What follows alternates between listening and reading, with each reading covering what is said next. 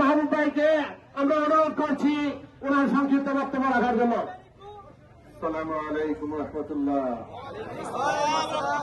ভালো আছেন? একটা গান শুনছেন যে পাশা কার টেবিলের পাশা কোথায় গেল? মানে কি? মানে হচ্ছে আগামী দিনের যে সংসদ সেটা ইসলামের সংসদ, আগামী দিনের যে সংসদ সেটা দাঁড়িপাল্লা সংসদ। একটা কথা অত্যন্ত সুস্পষ্টভাবে আমরা বলে দিতে চাই, হুমকি ধামকির দিন শেষ। আগামী দিনের বাংলাদেশ ইনসাফের বাংলাদেশ। আরেকটা কথা বলে শেষ করছি, আপনারা কি চাঁদাবাজদেরকে দেখতে চান? আপনারা কি দুর্নীতিবাজদেরকে দেখতে চান?